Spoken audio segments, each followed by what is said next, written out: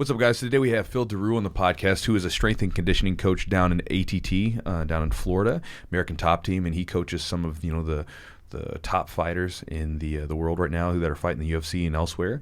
And he has a bunch of really cool insights into training. It was really interesting talking to him because, again, he takes a unique approach to it. He's experienced the sports that he's coaching, and then he's coaching people. So he has this unique thing where he has the experience, and then he's also doing research, and so he has all this theoretical knowledge that's coming in, and he kind of combines them together to put it together for these fighters. And as you listen to him, he's just a wealth of knowledge when it comes to this stuff. And so if you're driving, you may want to go back, and if you hear something that's useful to you, because he'll talk about some tips on how to correct some imbalances and some exercises that you should probably be doing, especially if you're a jiu-jitsu practitioner. So if you're listening to it, you might want to just have your notepad out or on your phone, or maybe if you're sitting down, maybe have a notepad just handy just to write some notes down to check his stuff out later on. But again, it's a really great podcast, and I hope you guys enjoy it. Had a good time talking with him. As always, guys, we are supported on the podcast by Charlotte's Web. It's the CBD oil products that I use. I've got everything from their gummies to their tinctures, and I really like it. Again, I most of the time when I use it, if you're curious, I use it at nighttime when I want to go to sleep. I like just basically having a little bit as I start to go through my nightly ritual, and it seems to help me sleep better. I seem to get just a better restful night's sleep, and it also seems to help with inflammation. I noticed that, like I talked about years ago, I had the reason I started taking CBD was my darn shoulder was jacked up. It was just constantly sore. Had some CBD balm put on it, and voila, it was gone. That was what got me into the whole thing in the first place. And so, again, you can check it out. As always, guys, we have a promo code with them, Jiu-Jitsu, at charlottesweb.com, which you can use. And again, I just sort of use this as a disclaimer. Use whatever CBD oil you want to. Just make sure that if you do use one that's from a reputable company that's been tested, so you know what you're getting, because as it is right now, it's unregulated, and so you could be getting who knows what in your CBD oil. But again, their stuff is legit. It's been tested, and they've got a lot of cool products, so check it out. We're also supported by a new sponsor today, Epic Rolls. So Epic Rolls ran by this guy named Matt, and Matt sent me some gear a few months back. It was a really nice guy, and so I went ahead and started, wearing the gear. I'm like, okay, cool. When someone sends me stuff, I tell you guys this right now, I get sent a lot of stuff that I don't talk about because a lot of times I don't like it, and I'm like, for me, I'm not gonna promote something I don't use or that I don't use. I don't need the money that bad, right? So I'm like, I'm not touching this stuff. So anytime that I bring something to you guys, it's because I use it. And if you guys go watch some of my recent rolling videos, you'll see some of the Epic Roll shorts. I've actually had a couple questions about it. I gave a couple of my students, because he gave me a couple rash guards to try. And I've already got a bunch of rash guards too, so I've been wearing one of the rash guards, but then I gave a couple to my students. My students love them. I really like the shorts. It's good stuff. So again, if you guys want to check out some of Matt's stuff at Epic Roll, check out epicrollbjj.com, and you can save 15% off with the code Jiu-Jitsu. So you can check out his stuff. It's good stuff. And again, you can watch me wear it in the videos. And the last, final plug of this beginning. You probably don't even listen to this part. You probably fast forward it, and you were like, I'm not going to listen to any of this stuff. You're like, I don't want to listen to this. You're just pressing that button, the little 15-second forward button, until you get to the talking. Which if you do that, it's fine. I understand. But if you'd like to support the podcast, you can check out our Patreon at patreon.com/the Jiu-Jitsu Podcast. And on there, we've got everything from videos, I have a full-length seminar that I did up there. Eugene and I have some stretching videos and some different videos that you could use for, sort of loosening different muscles up, things like that. And we also have a lot of audio extras and video extras where we've talked to the guests that are on the podcast. We get a few little morsels, little quick actionable tips to them, and you guys can have those. And in addition to that, Eugene and I go on some rants about some stuff that I think are pretty entertaining. And so if you would like to get your hands on that for just a measly $7 a day, $7 a day, my friend. Not a day. $7. That's expensive. You can tell that these promos, by the way, are not rehearsed. I don't read off of a card or anything. But $7 a month, you're like, $7 a day. Damn it, Chewy, that's expensive. You're getting high priced. But for $7 a month, which is 23 cents a day. Nice math. So you can be in the Patreon. You can be hanging out with us. I understand that this promo is not going to help anything, and you're not going to do it. All right, guys, I'm done doing all that stuff. You can tell how terrible I am at this. So let's get to the podcast, talk to Phil Daru. It's an awesome podcast. You're going to love it. And, guys, as always, thanks for listening.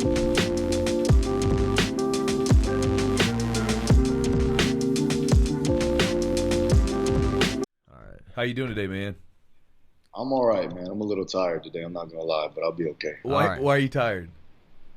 Oh man, my days are hectic, bro. Days Wh- are hectic. What's a Uh, typical day for you? What's a typical Phil Daru day?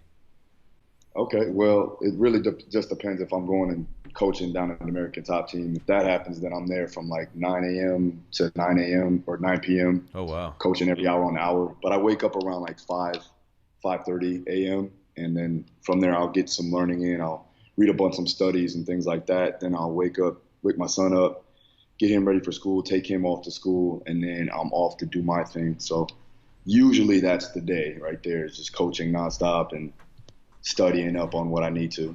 Gotcha. Do you coach every day, or is it kind of just a set schedule? Primarily every day. I mean, today is an off day for me as far as from on the floor coaching, but I have to do some programming and I have to go over some other studies that I've been really researching on. But other than that, man, I'm always constantly doing something in Mhm. this avenue of what I do. You know what I mean? So I'm a little curious, actually, the research that you do. Like, what kind of research are you doing, and what kind of guides that research? What are you looking for? What are you studying? Well, right now, I'm just really more intrigued about how I can utilize velocity-based profiling with different means of ballistic training based upon transferability of the sport. So I'm really trying to figure out what's the best way, what's the most optimal way to go about doing it from a testing perspective. So I'm researching and trying to get through some details when it comes down to how I'm going to measure these markers out based upon if I'm going to use a transducer, if I'm going to use some type of jump mat device or some type of force plate that can measure out these particular means of understanding the athlete. So that's a major thing for me right now, is just because of the fact that like we need to find out whether or not what we're doing is working. You know what I mean? Mhm. So either way, I'm trying to utilize my experiences and what has worked, what worked in the past. But since the sport is fairly new, when you're talking about mixed martial arts and even grappling in general, we need to develop a solid baseline of an approach when it comes down to testing and then retesting to see what we're actually doing is going to be efficient. The great thing about it is that I do coach other coaches too as well, and they've been utilizing my methods of training, and they've been seeing results with it too. So it's not just my athletes; it's my coaches that I work with. Their athletes are also getting good results with the things that we've been doing. So that's a good thing. That's cool, man. You used some words that I'm not familiar with. So going back a little bit, you were talking about some different stuff. What exactly is that you were trying to develop and you're trying to research? You were talking. Well, Yeah, go so ahead. velocity-based profile is just basically a measurement of to see exactly how fast or how strong an individual is. Okay. And what you want to see is the imbalance there. So if an athlete is faster than they are strong, then we have to obviously program that in accordingly, and vice versa. So Mm. primarily what I'm looking for is basically from a force velocity standpoint is where are they deficient in? Are they faster than they need to be? Or, do we need to increase their overall velocity when it comes down to the sport itself? When it comes down to like grappling sports, primarily, for the most part, we're looking to see isometric strength increases and overall the ability to have strength endurance in close quarters, especially for gi practitioners. Sure. But like no gi, there's a lot of there's a lot of like explosive movements there. Takedowns are more efficient there.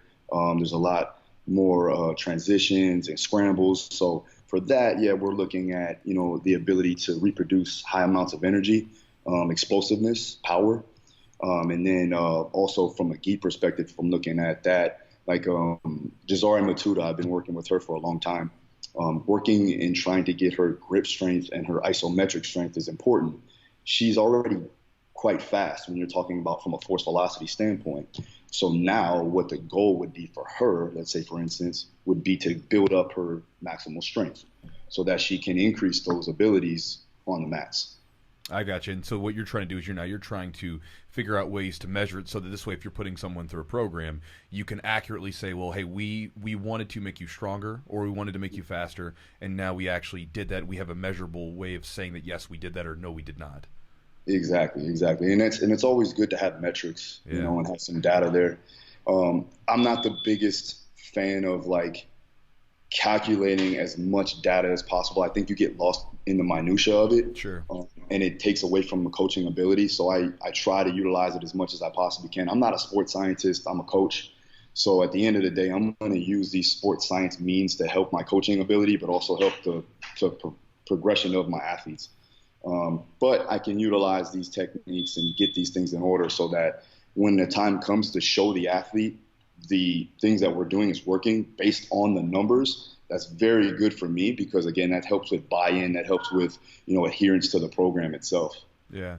And I think it probably helps because you've trained before, obviously, and you're in it. You're not just a guy who's like talking about theoretical stuff. You've actually done it, and so you have the unique perspective of being able to be a coach. You're doing it, you've done it, and then you can take your own intuition and sort of see how that actually measures out. Like, why did this work for everyone? Why did I think this worked? And now you can actually maybe see some sort of tangible way of saying, yeah, this is why it worked, and here's what it did. Yeah, for sure. And that's the best thing to have right there is tangible evidence. Like you're talking about, perfect. In all actuality, like I said, the sport is very new. And when you're talking about combat sports in general, there's so many different factors going on. And for just a standard approach, like sport coaches, they really just want to see the athlete do well inside the sport. So for me, I need to see what's going to have the highest correlation over to the sport to help them in their game. So with that, I need to make sure that I'm giving them a baseline perspective of programming, whether it be, getting them stronger, getting them faster, getting them more explosive. And then from there, what's going to have the biggest transfer over to the mats or to the cage. And that's our biggest thing right now. Like, honestly, it drives me crazy sometimes because I want to get it down pat, like I want to pull my hair out sometimes, but at the end of the day, I know that we're still very new in our approach, but we want to make sure that we're not going too far away from, the standard practice of just getting them stronger, getting them faster, getting them more explosive, and then fixing correctives or correcting imbalances and fixing those deficiencies that they may have from a dysfunction standpoint. What are you looking for, when you see an athlete for the first time? What's kind of a standard assessment for you? What are you looking for? I mean, for example, like you look at football, you've got, 40-yard dash, you bench press, they'll do 225 reps. What are some like standards that you think are good to look at to get a baseline idea of an athlete?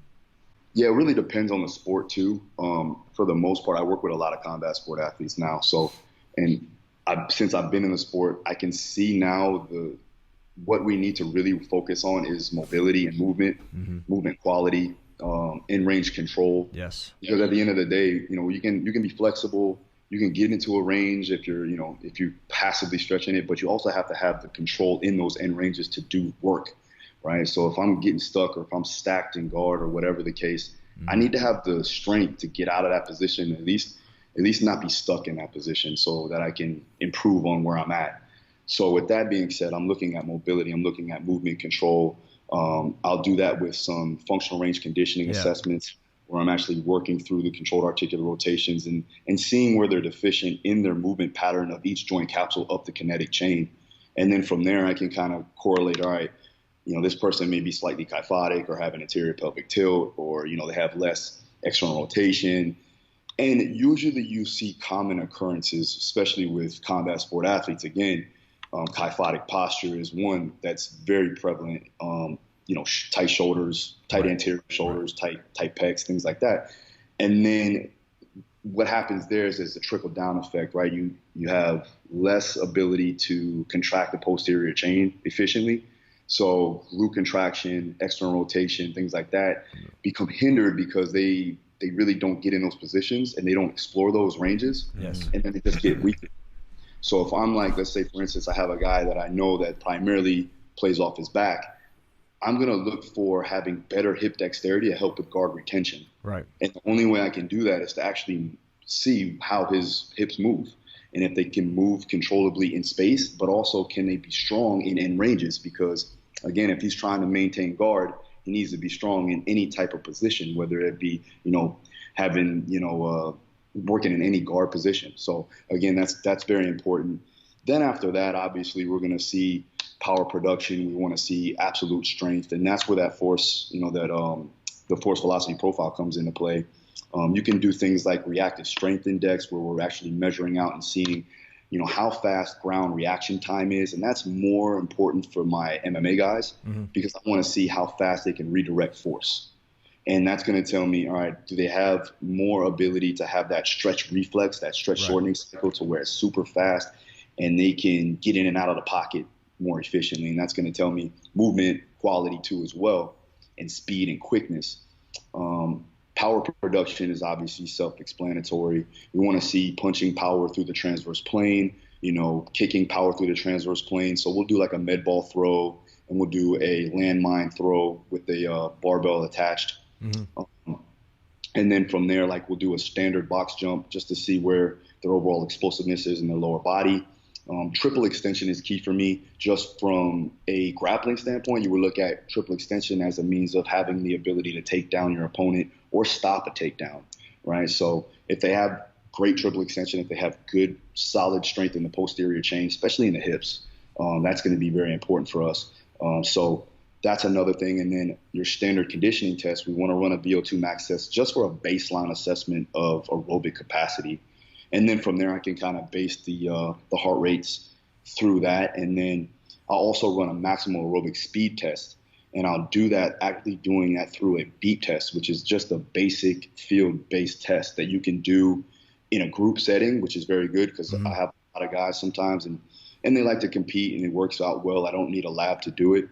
Now, if I do have the ability to take them to a laboratory, I'm definitely going to do it because it's going to help me get that lactate threshold marked down, and then I can also see their VO2 max too as well.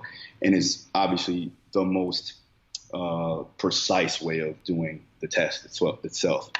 But those are our basic testing, and then from there, I'm also watching them spar. I'm also watching them roll. I want to see how well they move in there. I want to see how strong they are. I want to see their conditioning when the time really counts in live training, and that's really more of a test parameter from a specificity standpoint.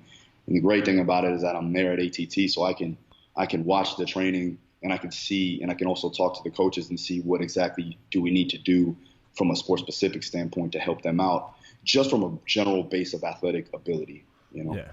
I've got a few, if you can clarify a couple things. So some people don't know, they don't have quite a medical background or like athletic background like you do. I've taken an FRC course, so it's awesome. I had Dr. Spina, kind of taking us through it, cussing at us like for 2 days straight, which is pretty fun. He's a good dude, man. He's super knowledgeable, and but yeah, the merit in like in range strengthening and isometric holds and preventing injuries, having that capacity for movement. So I've been working that as a physical therapist. I've kind of had some basic knowledge of it in school, and I've used it some, but not to the capacity now that like I understand it better and the details behind it. So it's really important, like I said, for jiu-jitsu guys to maybe get in these compressed positions to be able to either explode or control your opponent or control your limbs where they are in space. The other thing, so describe kind of, you said the med ball throw. What's your I'll give you a couple things so you can answer them. So med ball throw, how do you measure that? Are you That's looking very at easy. Yeah. just distance? What's that? Just distance they throw, or what are you looking for? Just the distance. Okay. So it's a basic tape measure. Okay. And they'll throw usually for males, it's like maybe a 3 to 4 kilo ball. Got it. And then for females, it'd be like a 1 to 2 kilo. Got it. And we're just measuring distance. I usually do the test 9 weeks out from the fights or from competition, and then we'll do it again about 4 weeks out, 5 to 4 weeks out, depending on the schedule and everything. They're doing like a chest press type movement, right? Like it'd actually be a rotational throw. Oh, rotation. Okay. So for instance, got it. Yeah. I'll do two actually. I'll do for my grapplers. I'll have them sit basically facing away from the wall where their back is against the wall. Uh-huh. So they're sitting with their feet straight out, and they only can use their arms and their shoulders and their chest, obviously, right? They can't lunge forward. They can't leave their back off the wall because I want to simulate basically being able to either push out of a position, whether that be in mount or something like that. I want to have that ability and that control. Not to say that you should do this, especially you guys probably know that. But again, I still want them to have that strength there and that power outputs. I'm just trying to see that. And then from the combat sport, let's say, for instance, if it's a striking sport, boxing, kickboxing, MMA. It's going to be more of a rotational throw. And now I'm just trying to measure out transverse abdominal strength and power output. And we'll do that just a basic. Basically, they're standing there. They'll throw the ball just like they're throwing their backhand. And if they're orthodox, they'll start there, and then they'll go to the left side or vice versa. And then, so triple extension, for people who don't know, for looking at the longer extremity, describe that, exactly what that means. Yep. Yeah, so I mean, that's basically extension of the ankles, knees, and hips. Yep. And we want to see that through either a vertical jump or a box jump, especially if the athletes they lack the ability to jump. I don't like to do any type of like broad jump or any maximal output jumps where it's just going vertical and down, because they lack the ability to land. Yeah, the mechanics. So, yeah, the mechanics are terrible. And a lot of the fighters, and it's funny because the people interview me and they're like, "What's it like, training these high level athletes?" And I'm like, man, I kind of got to hold my tongue a little bit. Because are we talking about like athletes, or are we talking about fighters? Because there's two different, the styles there. And don't get me wrong, some fighters are true athletes. Like there's some out there I can name a few. Like Edson Barbosa is a true athlete, you know what I mean? But he's also a phenomenal fighter. But you got other guys that are like, you don't even know how they actually are able to step into the cage and walk. I want to know a name. I know you won't tell us, but I'm curious. All these people at ATT are like, you watch them fight, and a lot of them are in the UFC, and you're like, you think they're all just incredible, and they have to be. They have to be incredible at fighting. I mean, you train a lot of different. You train heavyweights to like. I think you have Joanna Jędrzejczyk, who's she a flyweight? I mean, so you got 125 or strawweight, 115. Yeah, she's fought in both. So. Yeah, so from 115 to like 260. I mean, like you got to think the mechanics, the mobility, it's male versus female, even. I mean, just the training, it's probably two different training. Like just the training looks totally different, I'm sure, for those people. It's tough, man, because then you'll have the same people in one group. So you'll have like 6 to 8 individuals all fighting at different times, all with different backgrounds, all with different athletic abilities, weight changes and things like that. So, yeah, my system has to remain the same in order for me to run it smoothly. But, again, everything is, catered and subjective towards the individual. Based upon what they need at that particular time. Okay. VO2 max test, are you just doing like an Airdyne? Are you doing anything specific? How are you checking that? And what are your assessment tools that you like to use? So I do a maximal aerobic power test on an assault bike, which has been really beneficial for us because I base my protocols off of that. We have an assault bike in the gym, so basically I'll get their maximal aerobic power, and it's basically measured in watts. So what I do is we'll do a 2-minute ramp-up test, and we'll start at 160 watts for the males will start at 160, the females will start at 120, and they'll increase their wattage by about 50 to 60 watts every 2 minutes until they can no longer sustain that amount of output. And then from there, that'll end up being an indicator of their maximal aerobic power output. And that's going to give us a slight indication of their VO2 max too as well, as long as I'm also taking into account their heart rate. And again, I'm trying to measure their heart rate as much as possible. Not everyone can get a heart rate monitor, but that would be ideal, right? And then from there, I'll put together protocols based off of their MAP. And whether it be aerobic power, aerobic capacity, alactic capacity, these all go into place, just energy system training. And it really is just depending upon where they're at in their camp. But as far as the VO2 max test, I usually just run a standard beep test. And again, like I said, they just run for 20 meters at a time. They listen to the beep. The only problem that I'm running into, and this is just from experience, is that a lot of the guys don't or can't run efficiently. So efficiency of movement becomes the issue again, right? Mm-hmm. If they can run and they run a lot, like Dustin Poirier, Edson Barbosa, these guys also do a lot of running just in general. So for them, it's a lot easier for them to get. But if you got heavyweights, I'm obviously not going to run them on a beat. You know what I'm saying? Yeah. So that MAP test comes in handy with the assault bike, especially if I don't have a whole lot of time to run them into a lab and things like that. But I can measure out, LT1, LT2, just based off of the MAP. And then I can basically put together some type of calculations to measure out, okay, what's going to be the most important for them to work off of, whether it be, in zone 1, zone 2, zone 3, zone 4, and maybe in the red zone, just depending upon where they're at and what they need, from a conditioning standpoint. Interesting. Cool. Man, I'm curious because obviously you're this super knowledgeable coach. You're working with fighters and stuff like that. And we kind of just screw up our podcast by always doing it this way where we just start talking. But how did you get started in like martial arts, mixed martial arts, fighting, athletics, any of that stuff? How did you get started in sort of this path that's led you here? Yeah, well, I started doing martial arts when I was a kid. I was like 4 years old. I did Kempo karate, and I was like in the gi doing my thing. Yeah.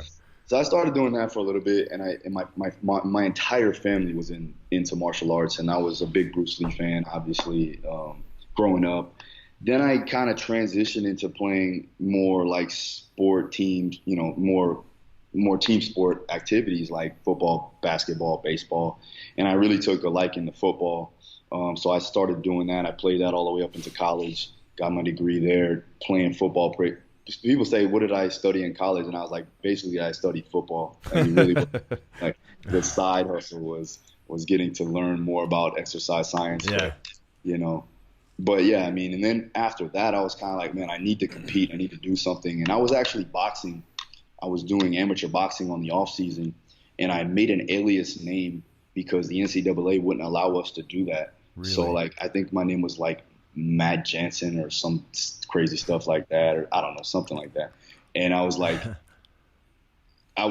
fighting on the weekends, and we were doing these tournaments, and I was doing really well. I had a good base of striking ability just from years of doing that, and then also just watching like Muhammad Ali and Mike Tyson and all those guys. And so I went in there and started boxing. I was like, man, I really like boxing. So after football, I was trying to find a gym and I'm originally from South Florida, Fort Lauderdale area.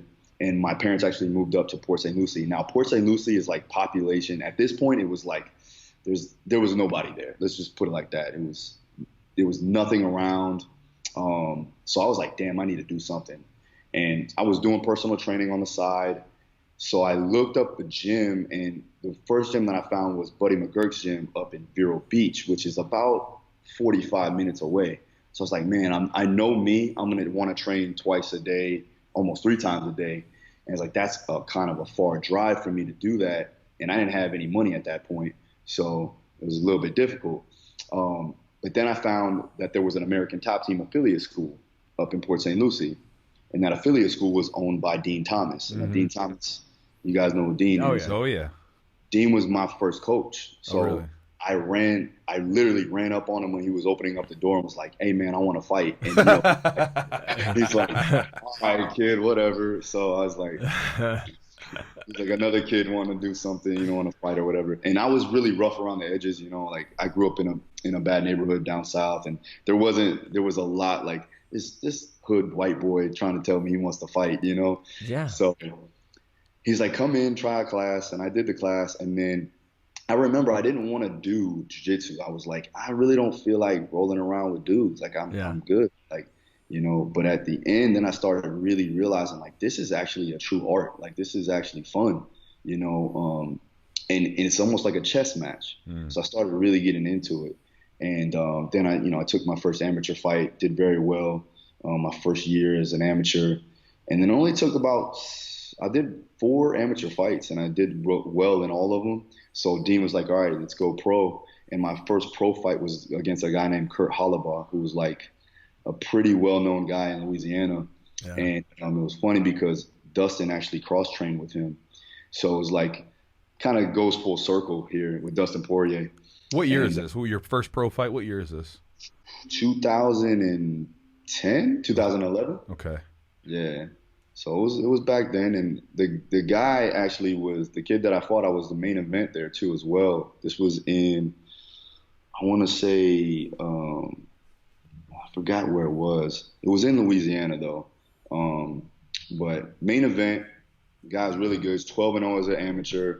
He fought in the UFC a couple times. Yeah, I know the name. Yeah. And but it was really good. Like I went out there, we were striking pretty hard, and I didn't know that he was a brown belt in jiu-jitsu at the time. And me, again, still very green in jiu-jitsu, like really green. I just basically used to hold people down and try to just, catch wrestle as much as I possibly could. So needless to say, with my first pro fight, ended up like throwing the overhand left and taking him down in the middle of the cage. And I remember taking him down and I'm like, oh shit, like I'm not feeling too good. 'Cause he kept me in the top of my head and I'm like, wait a minute. Oh yeah, we can do this now. This hurts. This doesn't feel good. So I was like this, boom, and put my hands out like this. And he just swung over and caught the armbar. And I had to tap. I didn't tap. I just screamed out the F word, and they were like, "Oh, that's it." That was my thing there. And then after that, got it together a little bit there. But the problem there also was that I was also building my business too as a coach. And I opened up my own facility at 22 years old. So I'm like a year into my pro career, and there was a lot of outside things going on. My parents were getting my mom had lupus, my dad was in a wheelchair, so there was a lot of things that I had to take care of. So I was really focused on building the business and really wasn't training a whole lot, and focus wasn't there. And that's when you end up, when focus is not in the right direction, things may happen. It was either I was going to let my business go to hell, or I was going to let my professional career kind of go down the drains. And actually, I started to pick it up and find a way to coordinate it and schedule it and have some help. I grew my gym business from 800 square foot facility with like 12 people to up to 11,000 square feet in 6 months. And then we had over 300 members, had a full cage in there. There was a lot of things in there that I'm proud of from a business standpoint. But again, there's a lot of things that I could have did from my professional career to enhance my abilities, and it didn't really go hand in hand when you have a business like that 100% in. So after that, I'm probably about 25. I'm making my way back. I got some help now, so I'm doing well. Just won my last fight, and then I'm going into my next fight. And remember now, I played football since I was 8 years old, so accumulation of head trauma has been prevalent. So like for me, I know I've had about at least 8 concussions that I can remember, and bad ones too, not knowing where I was and having headaches for days and things like that, nausea, everything else. I was probably 2 weeks out from my last fight, and I was like 26 years old at this point. And one of my training partners, we're just drilling. It was a freak accident. And he came up and basically did like a spinning back kick. And we weren't sparring hard. It was just a drill session. And he came down hard, like whipped it down across the back of my head. And it rocked me. And I was kind of out on my feet. I knew I was concussed a little bit there. But the problem was I didn't recover as well as I usually do. And it took about 4 days for me to be like, all right, I gotta call out of this fight, which I didn't want to because the fight was actually a really good fight for me.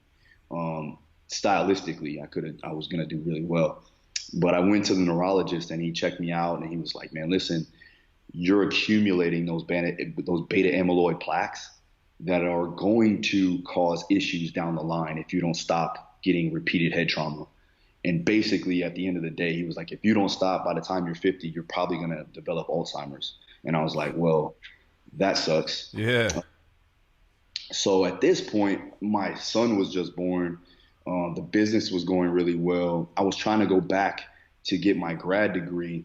And I remember going to school now and being like, man, I don't even remember what they just said. And usually I have a great memory.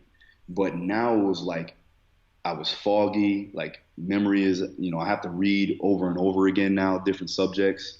So it's very frustrating when like it was easy to pick up things before and now it takes a little bit longer. And I don't know if old age becomes an issue too as well.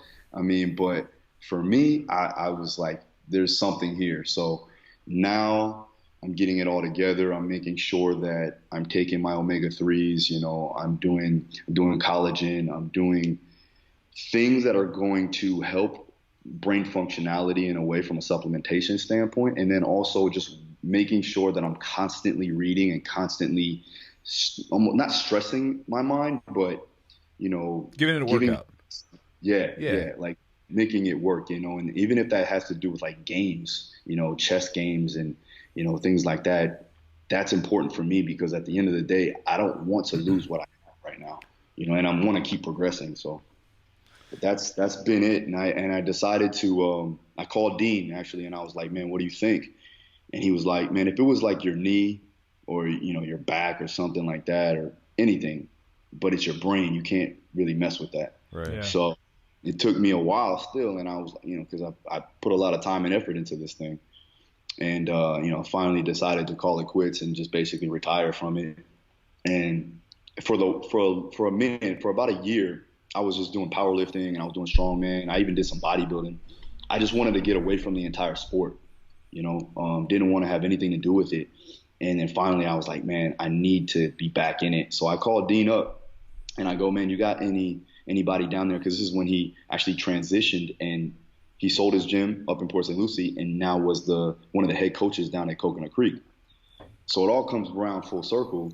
And I called him up. I go, man, do you have anybody that you want me to work with down there? Because I know you're down there full time. I don't have really much to do now because I'm just coaching. And he was like, you actually may be in luck because the old S&C coach is actually leaving. Can you get your resume together? So I got it together, ran down there, 90-minute drive down there, and then my first day, I remember I coached Dustin Poirier, Tisha Torres, King Mola Wall, and Hector Lombard. That was my group that I had to train. So it was cool. Yeah. But the great thing about it also, though, is that I've been down there a bunch of times. I trained down there a bunch of times. But they didn't know me as a coach. They knew me as the fighter. So now I had to transition that way into, being more of the authoritative type instead of being a buddy type, But that's where I've been for the past 4 years now. So, man, how long did it take? Because I'm curious about this because I feel like, we all go through these, periodically through our lives, we go through basically an ego death, right? Like, and you were this, hard charging football player, fighter, strong dude, all these different things, these warrior aspects, right? And then all of a sudden you've got to stop doing that. How long did it take you to transition? Like, I remember when I stopped fighting, like, it took me a little while to, like, get it out of my system where, because, I'd go to fights and I'd already committed to not fighting, but then I'd go to a fight and coach my guy. I'm like, man, I got the itch. I kind of want to we want to do it again, But now I can go to the fights and I can coach. I have no desire to be there. I'm there to coach, and I understand that. But how long did it take you to go from that point where I'm not fighting because of this brain thing. You still want to, but you're not going to the point where you're like, all right, I'm going to be a coach and I'm going to be in this, and that's what I'm going to do, and I'm okay with that. Yeah, I think, the great thing about the transition was that I always had like a coach's mentality, though. So I've always been, captain of my team. I was always like kind of bringing everybody together, especially even when we were fighting. Now, with that being said, yes, like I said, I had to take a full year off from even being around the sport, not even watching any type of fighting. Like, didn't go to anything, didn't go to any competitions until, that year and a half. And I was like, all right, man, I need to start. I think I was watching, I don't know what UFC I was watching, but I was like, man, I really need to be a part of the sport. Like, this sport I fell in love with, and it grew into me. And now like I'm doing a lot more jiu-jitsu at this point. I'm still staying active with that. I wanted to compete. I ended up tearing my ACL. We can talk about that too as well. Sure. But yeah, it's just, I still want to, I always was like, what, at some point in time, I cannot leave this to rest, and I still have more to help out in this industry and more to prove in myself, and honestly now, and you probably see it too as a coach, watching my guys and girls win their fights was actually more gratifying to see that than me actually winning, because at the end of the day, when I win a fight, I was like, yeah, I won it, but there's other things that you think about, right? If you're a competitor, you're like, man, I messed up on this thing, or I should have did this. Whereas that, like, when you have an athlete that does everything perfectly and rises to the occasion at the highest level in the elite, the elite of the elite, it's something remarkable to see, firsthand. And watching Joanna and watching, Dustin and these guys do their thing and take care of business on that grand scale, it's definitely a lot more gratifying, in my opinion, than actually me winning a fight. And that's because I think that I always developed that coach's mentality. Yeah, I think you got that. Whatever it is that like makes a good coach, right? Who like whether it's a gene or just some sort of upbringing experience, whatever it is. Because there's some guys that don't get off on that. That don't have that same sort of excitement when someone does something. But I agree with you completely, because that's me. Like whenever you see one of your students do something and you know that you had like showed them something, or you took them, helped them out with that little thing that they were having trouble with, and you see them overcome it, or you see them execute it. There's no better feeling than that. Yeah, for sure. I mean, I think it comes down to, like, as fighters, you're naturally selfish, right? As competitors, you're naturally selfish. But as coaches, you have to be selfless, like 100%, because it is all about the athletes, it is about the students, and it's all about their professional growth and how they get going into their goals. So for that, I have to take a step back and be like, yo, man, it's really not about you. It's about the athletes. It's about them being successful. And when they're successful, you'll ultimately be successful as well. Yeah, I think that, me being a student, being a Jiu-Jitsu Chewy student, and I've been with him for probably 10 years now at least, you have to have a coach. I think the distinguishing feature, you have to be a good coach, but a lot of coaches are good, but some just don't care. Like, I think having that component where you really care about, what you're doing. So you do the research, you study, you test, retest, you do that stuff, but you care if they win or lose, you care how they perform. And also, I think you have a really unique perspective because you know what the outcome can be. In mixed martial arts, you've been hit in the head, you've had some issues with memory and your mind, and you want to see that your athletes don't go through that. And I think that's a big thing. I think that maybe makes you unique is you kind of know you've been there and you've kind of done it. Yeah, that was one thing that kind of separated me from a lot of the guys starting out now with the strength and conditioning world. I can relate to the guys because I know how it feels to cut weight. I know how it feels to go through a camp. I know how it feels to have outside influences and things you got to worry about other than just training, inside of a camp. So that's a reason for me of understanding the athlete to that degree that helps me with buy-in and overall communication. Right. And trust in the process of what I'm doing is trying to make sure that they are getting the most out of this situation of what we're doing. And they know that they can come to me and ask me questions about different things, not just about strength and conditioning, but other things that surround the fight game. And that's a big thing for me. I think that that's one thing that separated myself again, like from the rest of the guys that are coming in. Now, we have a lot of good guys in the strength and conditioning world right now that are getting into MMA and getting into combat sports, and that never probably even never fought a day in their life. But they are also stepping foot on a mat now, and they're getting their belt rank up and things like that. And that's good. And I like that. Not to say that you have to fight or go through, that type of deal, but you need to train the sport to really understand what goes into it. Right. Not just like a cardio kickboxing class, like really take a jiu-jitsu class, go and do some kickboxing, like spar, go into a boxing gym and spar. Trust me. It's a different atmosphere. It's a different feeling. Mm-hmm. And doing that day in and day out and understanding that is going to help you be a better coach and help you relay things over to your athletes a lot more efficiently. Yeah, I do want to ask you, though, since you've had some of these different experiences, what's been a process for you that maybe you saw a fighter and you expect them to reach these little, you probably have little goals in training camp you got to be able, to achieve. When have you had an opportunity, or when have you decided that maybe you shouldn't let somebody fight? Talk about that process. You see somebody and they're just not getting to these points. Like, what is that process for you, and how do you go about that, and how do you share that with an athlete? Yeah, it's very tough. And it really depends on the individual too as well. I have a lot of veterans that are almost at their tailor end of their career. I had this issue with King Mo. I think it was our second camp together, and he fought Phil Davis. And I could talk about this now because he's retired, and I'm happy for him. He's a coach now with us. But I didn't even want him to fight after that Phil Davis fight, because I just seen the deterioration, just not from just from head trauma, but like also just his body in general wasn't taking to any of the training. Mm-hmm. Like, there would be negative effects to everything we did. he had borderline Graves' disease when you're talking about, thyroid, hypothyroidism and things like that. He couldn't even gain any weight. That's why he fought at that weight class. But the guy's a warrior. Like, he's a true warrior.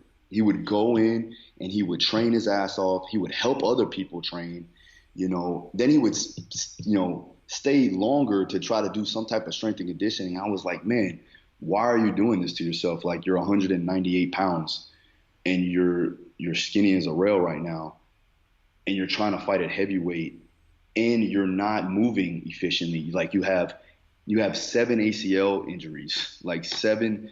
I think he had like 5 or 6 surgeries. He's had MRSA inside the ACL or inside the knee where the ACL injury occurred. Man. On top of that, he has a hip resurfacing, but he could barely move his body. Like, he could barely lift up his legs. Then he has, bone spurs and other bursitis everywhere. Like, it's crazy. So basically, you're sitting there and you're watching a guy that you enjoy being around, and you actually look up to, going through these issues. And I wanted to tell him, I was like, man, I really think we could do something different. Like, you can make something happen. Man, you're a star. You know what I'm saying? It's not like he's a nobody. Mm-hmm. And what? At the end of the day, he wanted to fight. He wanted to still prove his worth, and he liked fighting. It wasn't like it was something that he just did on the side or that he was good at and just fell into it. He loves to fight. So for that, I can't deter a grown man at that, from doing what he wants to do and loves to do. I can give him my advice. I can tell him heart to heart as a friend, this isn't what I would want for you and what I think is best for you, but you have to make your own decisions because you are a grown man. And I'm going to go ahead and if that's the decision you make, yes, I will support you in that decision. I just don't agree with it. Now, there's other issues where you have things like weight cut issues and like injuries and things like that, where it is actually going to be detrimental to the athlete, especially if they're a young athlete. I will pull them back and they have no say-so in it, right? If the physical therapist, and we work with a great physical therapist, Christiana Marin, if I bring them over to her and she's like, it's a no-go, then it's a no-go. If you're under if you're not at that level, if you're not fighting for a world title and you're about to make $1 million fighting Conor McGregor or something like that, then you're going to be held back, because I know that it's going to take that one shot to cause a significant amount of injury that's going to hinder your entire career after that. So what we want to do is, I just did it recently with one of my girls that just fought. She wanted to fight again on a boxing card because she was going to make good money, but she just got off a hard-fought loss. She took some damage, and she wants to go back and fight in a boxing match with a girl that's heavier than her in 3 weeks. I said, no, probably not the best idea, right? Yeah. But she's also 23 years old. She's got a whole career ahead of her. Mm-hmm. And so for a couple of, I think it was like a few $1,000, it's not worth it. You know what I mean? So those are the issues that we see, and it's subjective and at that point in time. But yeah, I got both sides. And it really just depends on the individual and the circumstances. Mm. So, man, earlier you kind of made a joke, or you said something, and it kind of made me think about something. You were saying that you came up to Dean Thomas, you go in there, and you're like immediately, hey, man, I want to fight. So, like, every gym, every coach, every instructor I've ever spoken to gets those people that come to the gym. Hey, man, I'm ready to fight. Put me in there, whatever, that kind of stuff. Yeah. Like, and obviously it's ATT, so maybe it's a little bit different. But, like, do you guys just get people walking in there? They're like, man, I'm ready to go. Put me in there, whatever. Or do they have to go through some sort of vetting process where you're like, look, man, before we even see you, man, you've got to do this, this, and this. Like, how does that work? So some guy that comes in there, whether he's going to stick around for, years to come, or if he's going to quit after like 3 months, if he comes in there and says, man, I want to fight. Like, what do you guys make them do? Yeah. Well, for me, like when I went up to Dean, I was like, I want to fight, and I told him I want to train though. Like I want to train, I want to get good at this thing. So he kind of was like, oh, okay. Well, that's a different response. Sometimes you just get guys that say, I want to fight, man. But they say nothing about the training. Sign the waiver. Yeah. No, We don't really get that a whole lot at ATT because again, like with the main headquarters, like you're not even allowed to step foot on the mats unless you're in like a higher promotion or you are a very high level prospect. Okay. You'll have some homegrown amateurs that are there that have been there since they were kids that come up into the ranks, and there's a few there that are there that still are making their way up. But you have to remember, at American Top Team, we have over 150 fighters, and all of these guys and girls are elite, and they're all fighting in major promotions. So we do get guys, though, that think they have some clout, and they think that they're good, and they come from different areas of the world, and they come in, and they get kind of, dealt a bad hand. And, guys like, like back when Hector Lombard was there, like he'd put you in your place, Yeah. It was a crazy thing to watch those guys go at it. And they wouldn't last long, and you would see just that they weren't cut out for weren't cut out for the sport, or they just weren't cut out for that level of competition inside the training, whereas like where we have, again, it's iron sharpens iron. I know it's cliche to say, but it's true, but I know in Dean School, we had a lot of guys that would come in and they would be like, yeah, I'm ready to make it to the UFC, and with their chest pumped up, and they would be like the bodybuilder type guys, that come in. And we just put them through just a basic gauntlet of, whether it be, getting them in the sparring and watching them just do rounds on rounds. And it would be against our young kids. And they would just, see how they responded to that type of pressure, and to, actually watching themselves get degraded because they were getting their ass whooped by 16-year-old kids. And these guys were like, 27, 28-year-old grown men that work out at LA Fitness, and they thought they were, beefed up and ready to go. But truly, they weren't ready for what was about to occur to them or about to happen to them. And it occurred to them that this wasn't the sport for them. Yeah, man, I used to do the same thing. I had a kid. He's a black belt now, obviously, and he's an adult. But when he was a kid, man, he was a freak. He was like purple belt, and he was submitting black belts and stuff. But he was a beanpole. He's like 6 foot tall, 120 pounds, 130. And whenever we would get these big guys, like you're talking about, we would get them in there, and they would want to like puff up. We had a guy who came in. He was a military guy, just got out of the military. He was big, man, probably about 250. Comes in there. He said, "Man, I'm ready to fight tomorrow, whatever." I said, "Oh, okay, wait a minute. Just come here real quick. Roll with that kid over there. If you don't get submitted, we'll talk, right?" And I give Chad, I would wink at him when I wanted him to like put the business on him. I just kind of wink at him, and he put that guy in a triangle. And this guy said he knew how to roll and stuff, like he knew to tap. So he gets in there, and he all of a sudden starts snoring. I had to wake him up. I was like, "Hey, man," like he's like, "What happened?" I was like, "You got put to sleep by a 14-year-old kid, man." Like, and again, like you're saying, you're not even looking at him to do well. You're just like, can you submit to the process? Can you just like lay whoever you are outside? Can you just leave that person out there and come in here and start fresh and then begin anew? And that's the biggest thing. I think if some people need to get humbled like that, and if they come back, well, that shows true character. Yes, and we are looking for that. Like, we do want to see that, because those guys that do have that athletic ability and are strong, they do have the potential to be really good if they can follow direction and if they can be, consistent. And then you got the guys that just want to go in there and then they get their ego, drawn down, and now they never come back. And we get that a ton of times. But yeah, there's a give and take on that one. I think I was more along the lines of like, listen, I know I'm athletic. I know there's some things that I can't do, but I want to improve on it. And that's why I'm here. You know what I mean? And nowadays, like I got back into the gi probably 2 years ago.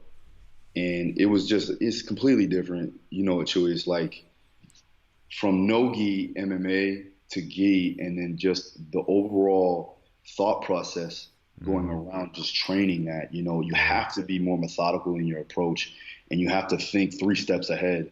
And no gi is the same, but it's just on another level with the gi because it's just more detailed, I guess, in that way.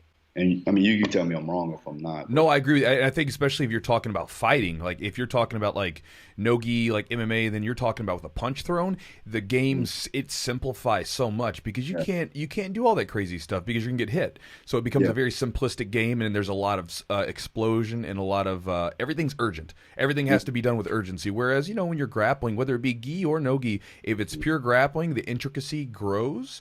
And then, like you said, man, especially with the gi where there's all these other handles, it becomes much more intricate. And there's a lot more stuff to worry about, and there's a lot more opportunities on the table. Yeah, I mean, the game changes a little bit for me. Like right now, I really had to learn how to work inverted and X guard and De La Hiva. And Sure. they're not really doing that in MMA. Like, No. so, especially me being a striker, like I'm just like, all right, hip escape, get up, or something, or sweep, and then try to just maintain staying heavy and just ground and pound. My top game is good from that perspective, but now working on bottom and making sure that I'm moving more efficiently in those particular ranges is definitely, it's more of a process now, and I'm taking to that process. Obviously, I had a little bit of an issue, but I'm working towards getting back on the mats as close as I can. Yeah. So what happened with your knee? So I was actually rolling, and it was one of my buddies is a brown belt, really solid brown belt. It's probably going to be a black belt in the next couple of months.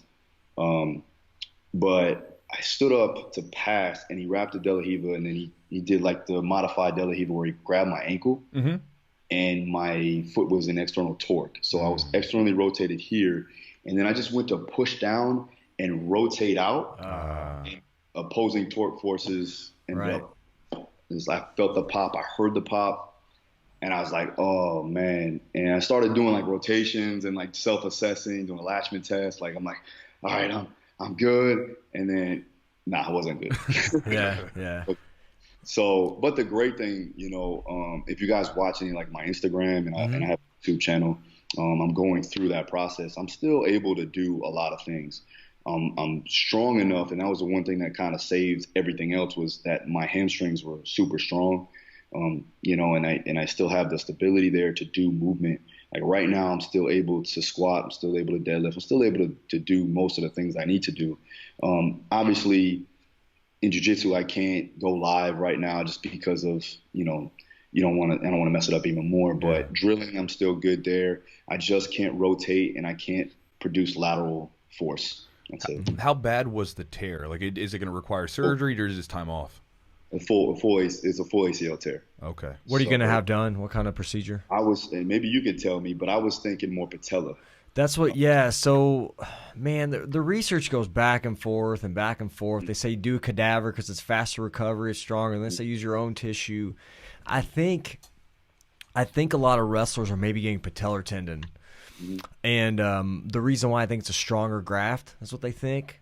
Yeah. But it just depends on your sport. Like, here's the thing. If you're doing patellar tendon, then you're going to have a secondary injury. Like, you can't kneel for a while, and that's going to hurt for a while. You're weakening that tendon some. Yeah.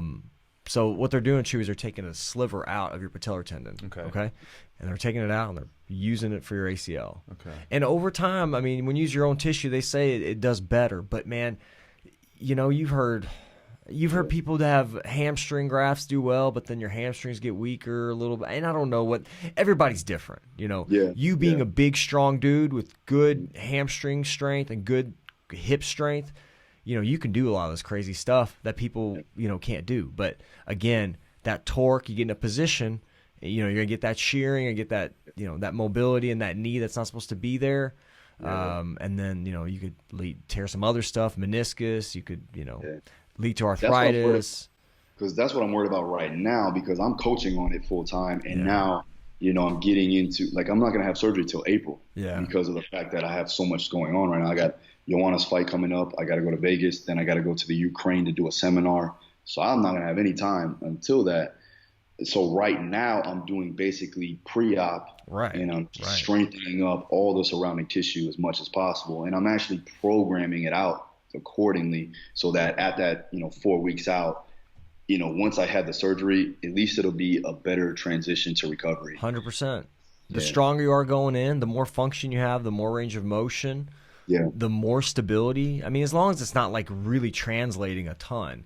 You know what I mean? If you're doing everything pretty controlled and you don't feel like that knee's really moving around too much, I don't see any problem with it.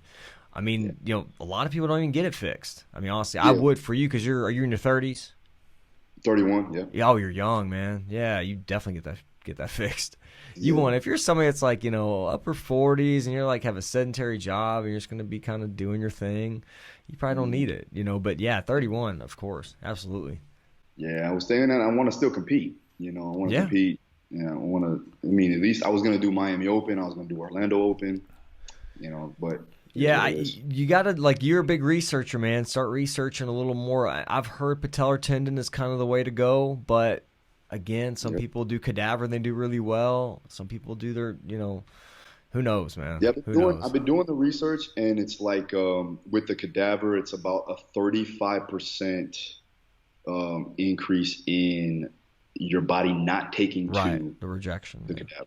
Yeah. So I'm like, okay, I don't want to end up like Dominic Cruz over here, and have another issue down the line. So for that, I'm like, okay, I know my tissue is healthy. We can work around it, and then I have a solid post-op, rehabilitation program going in. Like I'm already set, ready to go. Mm-hmm. So I'm taking into it. Also, I love the fact. I know it sounds crazy, but I love the fact that I got injured in this way, because of the fact that now it's going to make me a better coach. Sure. Because now I can really understand the athlete when they go through these types of situations. Right? And another guy, I had a guy, Kyoji Horiguchi, who just got over ACL tear. I'm able to actually rehab him based off of what I know now, based off all the research, based off how I'm feeling. And then from there, now that just makes me a better capable coach for my athletes. So it is what it is. You get better at learning things when you go through it firsthand. Straight up. Well, because then you've learned it. It's not just knowing anymore. It's like, because you can theoretically know what it's supposed to be, but then you've actually experienced it, and experience is powerful. Kind of going through it, are you going to be, because I know you've got your YouTube channel and it's doing really well.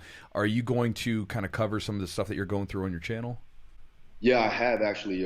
We did one where we went to my physical therapist and we did all that. Then I'll probably, if they let me, I think that I can pretty much video the entire surgery. Okay.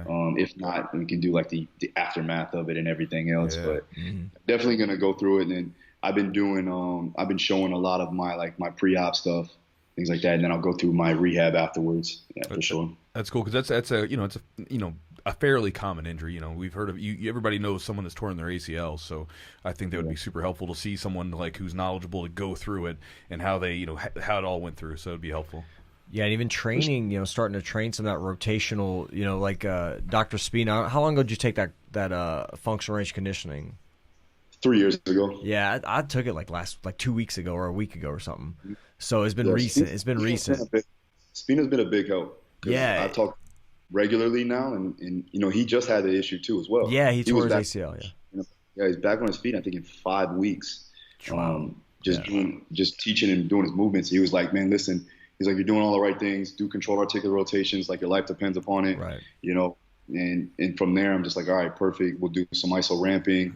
I'm doing eccentric neural grooving, and these are all FRC terms. But basically, we're just trying to prime the tissue to allow it to have optimal range of motion, and then strengthen up the tissue surrounding the joint capsule. That's important for just overall stability. Because at the end of the day, my surrounding tissue and also the surrounding joints, right? They need to be moving optimally. 100%. Otherwise, there's going to be something going on there too as well. And that's usually how injuries occur. It's not, and this was a little bit different, but most of the injuries occur from having dysfunction from, opposing or opposite sides of the body.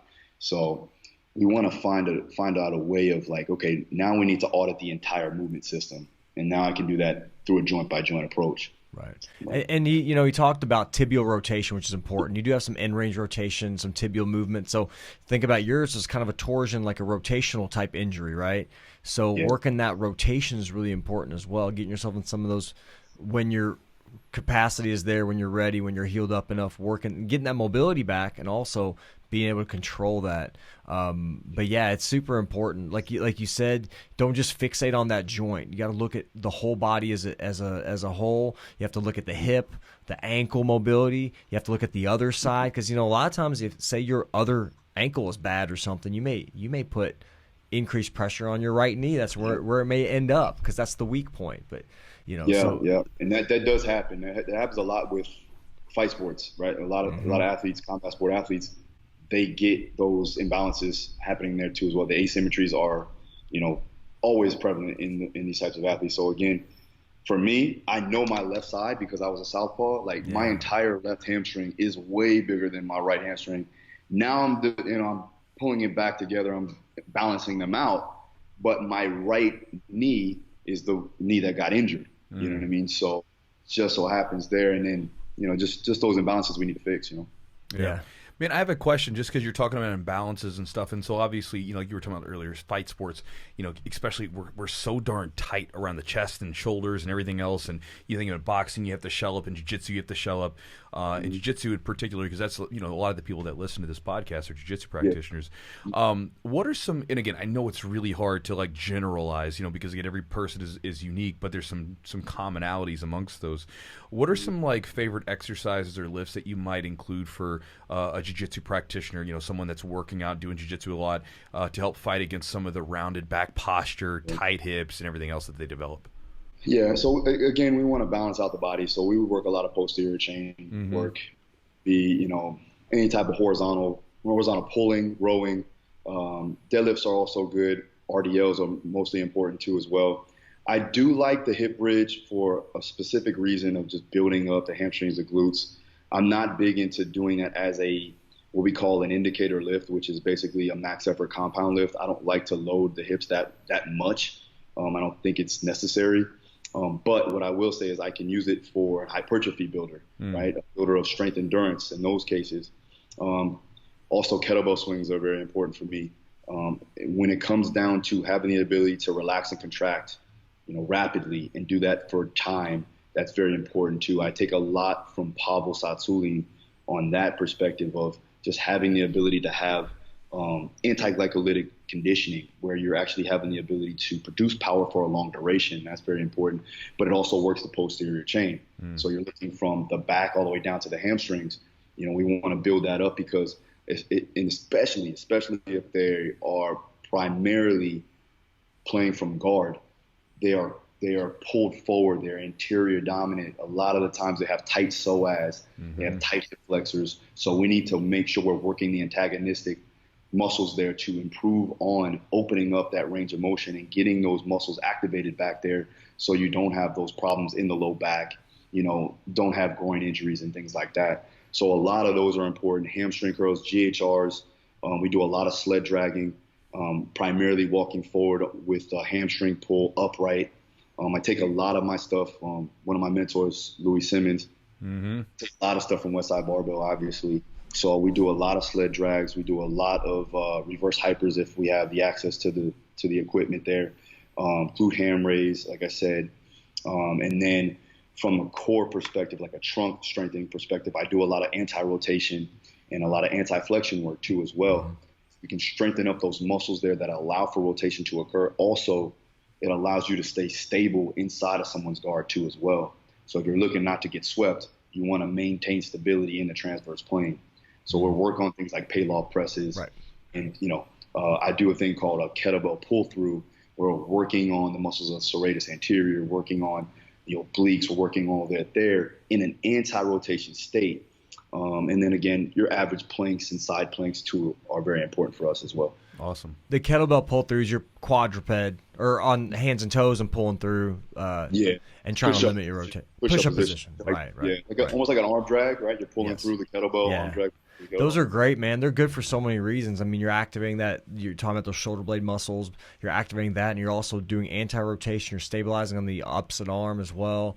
I mean, it's just a great overall exercise for just. It hits it checks a lot of boxes. It's a good one. I mean, other things like the Turkish get up, I think is important. You know what I mean? That's obviously some of it's shoulder stability, to a degree. I mean, a lot of my guys lack the coordination just yet, but a lot of jiu-jitsu guys, they understand it because they move like that in a way, right? They have to get up off the ground. It's like you're basically getting out of a position at that point, right?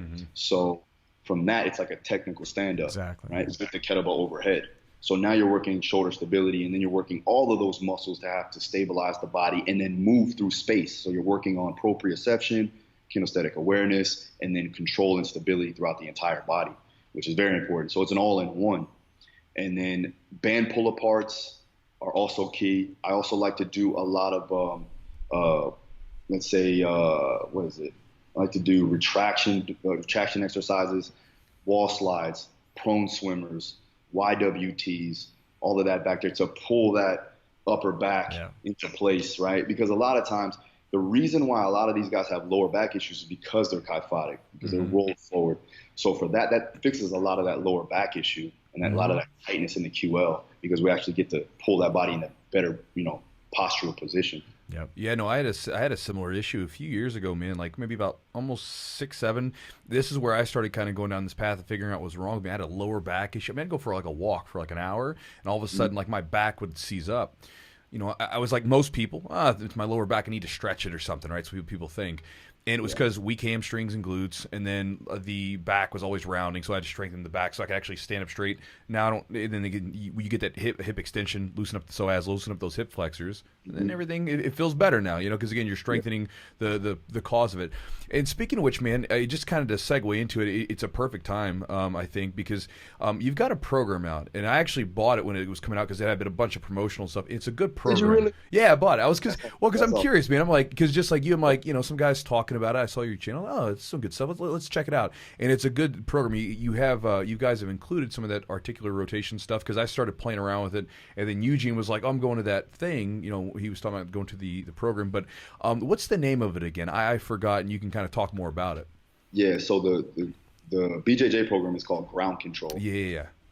And I named it because it's like one of my favorite gis. Yeah, you remember the Ground Control gis? Yeah, I had one. My buddy, I forgot his name, Justin, I think it was. I was down in Vero, because my old coach was down in Vero Beach, and I was down there training with him. And then Hanato Tavares was actually he was actually who I got my black belt from back in the day. And really? Yeah, way back in the day. So I was down there training with him for the Miami Open back in like 2011, and Justin gave, I think it's Justin. Was it Justin? That owned it, I think. I can't remember his name. But he gave me he gave me one of the gis to rock, which I liked. And then I'm a dumbass. I'm a black belt at this point, and I was going down there to compete. I forget my black belt, so he gave me a ground control black belt. So it was cool, but it was a good gi. And I actually really liked the belt. The belt was like kind of like it's like a really thick gi material belt instead of the traditional belt. But yeah, it's a good gi. Nice, yeah, man. I love that gi, man. I love the competing in it. It's super light, you know. I still have them, matter of fact. You can't really find them anymore, but so I decided to call it Ground Control. It was like the best, catchiest name I could come up with. Yeah, it's a perfect name for it. Yeah. And then what's the website? So if someone's interested in checking this stuff out, because again, if you guys have listened to him, a lot of the stuff that he's talking about, it's in that. So if you're digging it, go check it out. What's the website for it? Yeah, so my website is darustrong.com. Very simple. Cool. And then, so you've got you had some other stuff in there, right? You have some other programs as well? You have like a boxing program or MMA program? I have a boxing program called Heavy Hitter. Okay. That's an 8-week program. I have Fight Ready, which is a 12-week MMA program. And I also have Fight Strong 365, which is a year-long program that I partnered up with Fight Camp Conditioning on. And those are all available on my website too as well. That's awesome, man. We appreciate it, man. Thanks for having me, guys. It's awesome. It was a good time. And I mean, obviously those are your products and stuff, but where else can people can sort of check you out and sort of follow you with your ACL surgery and all that stuff going on? I mean, primarily on my Instagram, it's @DaruStrong, and then my Twitter is @DaruStrong too as well. That's pretty much it there. And then my YouTube channel, Phil Daru Strong, which really I'm putting a lot of video content on that too. I'm trying to follow your footsteps, man. Yeah, man. I mean, dude, and you're putting good stuff out there. One of my boxing coaches the other day, he's a young guy who's was a fighter and stuff like that, and he's teaching some of the classes. He was like, "Yeah, I'm looking at this guy's stuff because you had some drills on there or something like that." So he was having his guys go through some of the drills, man. So you're putting out some good stuff, and you're making an impact, brother. That's awesome, man. It's good. What do you have coming up, like fighters wise? Do you got anybody? Joanna's fighting, correct, for the title? Yeah. Is that in China? Yeah. Where is that? That's in Vegas. Oh, Vegas. Okay, good thing you don't want to go to China with probably stuff going on over there. Nope. You'd be fighting in masks probably. Nope, I don't want to do that. I'm good. Yeah, no, we got Joanna. I have a couple of guys. Edson might be following up sometime soon, and we're trying to get Dustin a fight soon in April. Yeah. And then my other guys that are fighting on the lower level promotions, and I think it's pretty much it right now. I got roughly 11 guys in camp right now. Wow, man. And then 40 of them are kind of waiting for a fight. So 40? Keep you busy, man. Yeah. Golly. Oh my God, it's a lot. I have 10 boxers. I have 10 professional boxers. One is fighting on the undercard of the Tyson Fury undercard. Oh wow, that's a good one. Yeah, and then I have 2 judo Olympians that are away right now. They're in Paris, and then I'm getting them ready for the 2020 Olympics. Awesome, man. Cool, man. Appreciate you being on the podcast, brother. It was fun. Yes, man. Yeah, I appreciate it. Thank you, man. Best of luck with everything. Best of luck with surgery. Thank you. I appreciate it. All right, guys. Take care, man. Thank you. Cool. All right, guys. So I hope you enjoyed the podcast with Phil. Again, that was a solid one. There's some really good stuff in there. Like I said, I was being dead honest. I actually used this program, the ground control. I forgot the name. I knew it was something like ground control-esque, so I knew it was something like that. But I got the program because I thought it was interesting. I wanted to see what he had up his sleeve. Because again, coaching that many high-level fighters, I knew he was going to have some good stuff. So again, I encourage you to check it out if that sort of thing is interesting to you. Like if you want to get into the realm of like physical conditioning, just like because again, as you do jiu-jitsu, I say this all the time in my videos. Your physical vehicle, the thing, your body, that machine, that beautiful biological machine, that is the thing that you navigate jiu-jitsu with, right? And so if that thing's in good shape, it's strong, it's healthy, you're only going to be better at jiu-jitsu for it, whereas if you don't take good care of it, it's going to break down on you and you can say goodbye to jiu-jitsu. That's just the way it is. And so I encourage you guys to not just be a black belt with your technical ability, but I also encourage you to put forth the same sort of focus on learning and taking in new information in the realm of diet and exercise and stretching and everything else that goes into this stuff, because it's very important. It's stuff that honestly for me, I wish I could go back. Like one of the things like I always get asked is people say, Chewy, what would you tell yourself to do if you were like a white belt, and again, the mental lessons, you got to be ready for those are the way they were, but I would go back and tell myself to do some of the stretching, some of the strengthening exercises that I do now. I would go back and tell myself to do that stuff back then because it would have helped my body a lot more. I wouldn't have had the injuries that I did. Not that I had a ton, I didn't have that many bad ones, but again, it would have been really helpful. And so again, I encourage you guys to be students, not just of your technical ability, but also your physical ability. It's very important. So anyway, guys, again, as always, if you want to support the podcast, check out Charlotte's Web, charlottesweb.com, and you can put in the promo code Chewjitsu to save 15% on your order on whatever you want to get, whether it be those delicious gummies or some of the tinctures. They got a bunch of new flavors out. I still like the mint chocolate, I think the best. The lemon twist is pretty good too. And then again, like I said earlier in the podcast, I've got the shorts and I wear them and I've got the rash guards. You can check it out, epicroll.com, and use the promo code Chewjitsu to save 15% on a rash guard or shorts, whatever it is that you want to buy from them. And I think that's it. So, guys, thank you so much for listening, and we'll talk to you next time.